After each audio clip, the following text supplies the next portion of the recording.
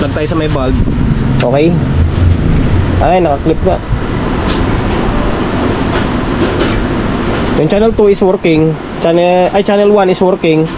Channel 2 ay naka-clip protect. Okay. Ngayon, balik muna tayo sa medyo maliit na amplifier. Tapos natin gawin to. Nickel na CA20. Next natin itong Trident na CA7. Shout out and then maraming salamat sa may-ari nito na taga Cavite to eh. Alam mo, taga Cavite pa ito. Okay, shout out. Maraming salamat sir sa kakatiwala mo ng unit mo rito sa akin. Pangalan nito ay si may nakasulat ito is Perijon di Palak. Galing Sorsogon pa pala ito. Yan, galing Sorsogon City pa. Pero kwanto eh, binuk to galing Cavite. Okay, shout out sir maraming salamat ulit. Trident na CA7. Yan, Trident na CA7. Ang issue nito ay naka-protect clip or protect yung isang channel daw. So ngayon, ito binuksan ko na para mas mabilis yung video natin. Ayan, naka-plug tayo sa may bulb.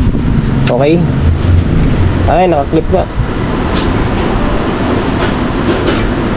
Yung channel 2 is working. Channel 1 is working. Channel 2 ay naka-clip protect. Okay. Ngayon, dami ko nang nagawa na ganito eh. Kapag umilaw to, pag umilaw yan, yung ilaw na yan, yung iba dyan pula nakalagay. Pag umilaw dyan, ibig sabihin may fault or naka-fault siya. Okay. Ngayon, ito yung mission natin for today's video. Tapos ang usapan namin ni Bossing dito, kung sakali ay padadagdagan yata ng output to. Pinadagdagan sa atin. Okay, sige, dagdagan natin. Tapos i-fix bias natin to. Okay. Natin kung anong bias nito sa may channel 1. Dito naka-fault yan, oh. Umiilaw, oh. Ibig sabihin may problema yan. Dito wala, oh. Kasi working itong kabilang side. Baliktad. Lagi na lang baliktad yung salang ko.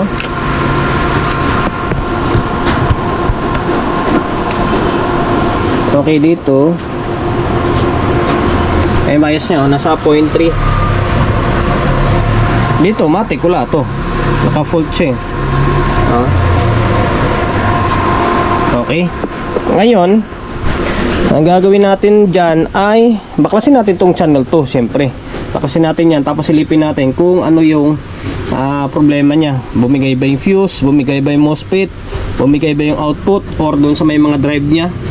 Okay, nakalas ko na yung channel 2.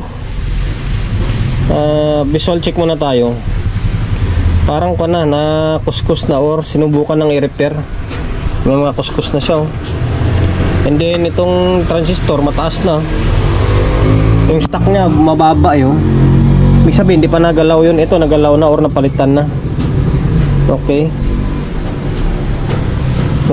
Double check natin. Ito parang kinalawang to, ito putol nga to, oh. Kuha nakaangat na pala, oh. Itong isa, oh, nakaangat na, oh. Akala mo nakakapit kasi kulay itim siya. Parang ang dating niya parang rugby, pero wala na pala, oh. Putol na, oh. Ayan. Value niyan ay 3.3 ohms. 3.3 ohms na 1 watt. Okay. Sana yan lang. Tapos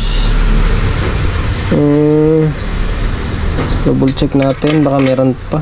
Yung kabila naman, kabila nangingitim na rin, parang mapuputol na rin yun, parang kinalawang siya na dito sa pinakapuno. Okay, try nga natin palitan to, baka ito lang to. Buo pa sana to pero yung kadugtong sa may lambre na parang nangitim, hindi natanggal. Pati din dito pala, oh. Ito pa isa pa, oh. Ito, oh, no? Nangingitim siya, oh. Value naman ito 18 ohms naman to. Kailangan mapalitan na rin to kasi mamaya maputol din. Okay, ngayon palitan na natin tong 3.3 na to. Kapag testerin mo to dito sa paa na to, tapos dito mayroon yan Kaso lang yung dugtong niya papunta sa alambre naputol na or natangso. Tanggalin ko muna, palitan natin. Palitan ko na yung palitan na natin ng ano tawag nito, ng resistor na 3.3. Okay? Yan 3.3 yan, bago. Ngayon, balik natin. Try natin kung maging normal siya. Sana maging normal, di ba? Para hindi tayong pahirapan. Kapag hindi maging normal yan, troubleshoot tayo malala nito. Okay? Tsaka natin i-fix bias. Okay, hindi ko pala muna ibalik sa may pinaka dito sa casing, dito lang muna sa taas pala. Para hindi tayo mahirapan pag baklas kabit. Kahit ganito naman, kahit yung supply lang na malaki na to yung nakakabit, malaman pa rin natin yan kung magfo-fault siya or hindi eh. Okay? Ganyan lang muna yung sistema niya. Ngayon, ayun oh, hindi na umilaw oh. Hindi na umilaw, di ba oh? Wala na yung fault niya. Ngayon, sana may bias siya. Kailangan may bias, baka mamaya wala eh. Tuwa tayo, wala palang bias. Ngayon dito, ito sa may slot na to. Okay, ayan oh, normal yung bias niya oh. Diba? Oh. Ayan, normal na. Ayun lang talaga yung naging problema, naputol. Hindi rin nakuha ng ano. Hindi siguro nila napansin. Kala nila lang, itim lang. Okay, normal na. Pinalitan na natin ng 3.3. Ganun din gagawin natin mamaya dyan sa isa kasi malapit na rin maputol. Pero sa ngayon, i-fix natin to para sigurado.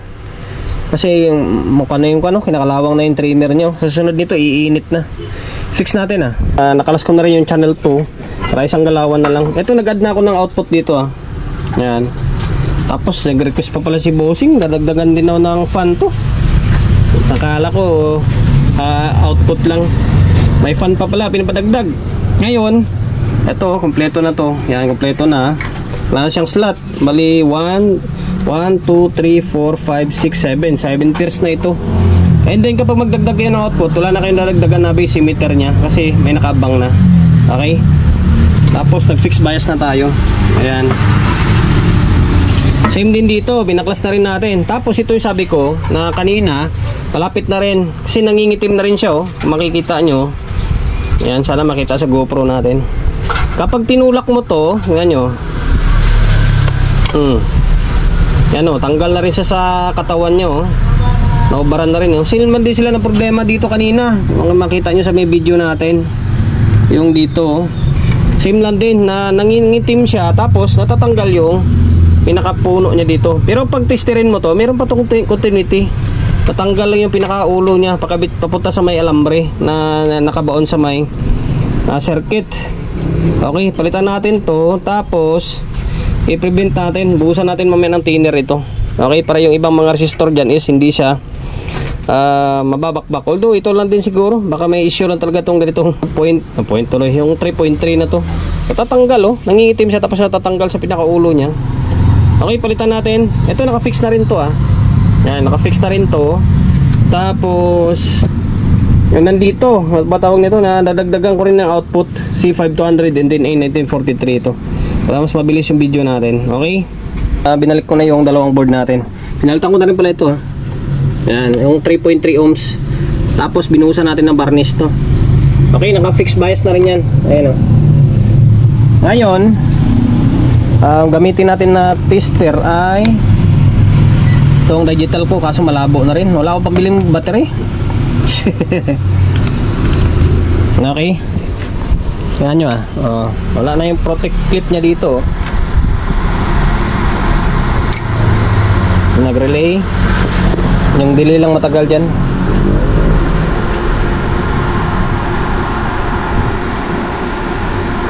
Ngayon sukatan natin. Kompleto na yan kompleto na kompleto yung output nyan. Same din dito kompleto na yan. Ngayon sukatan natin ayan, nasa 0.3. Ayan, 318. Okay, mas maganda digital na lang gamitin natin para masabi nyo accurate talaga.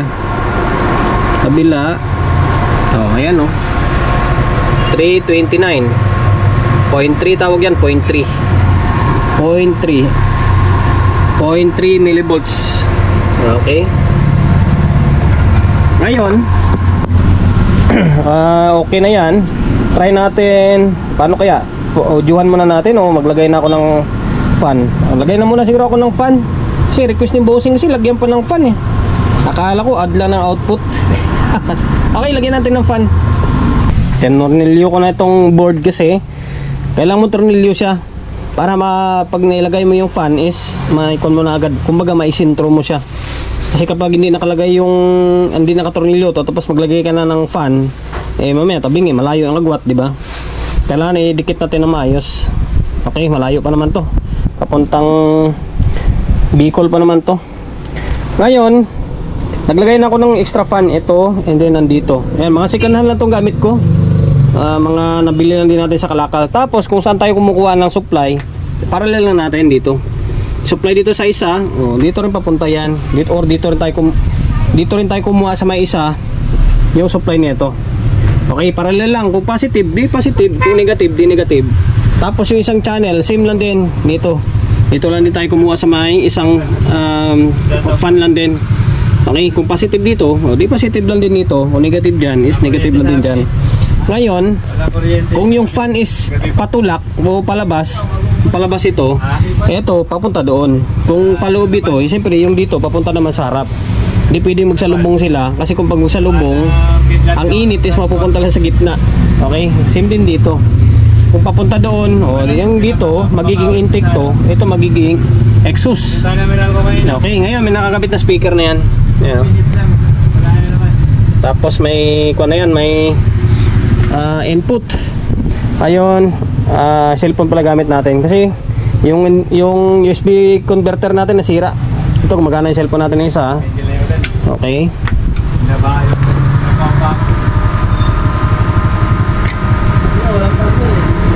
Ngayon,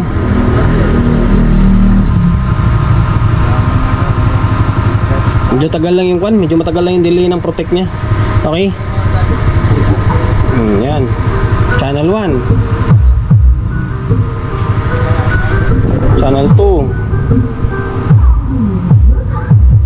Yung fixed bias pala na ginamit natin dyan ay 2.7K. 2.7K. Okay.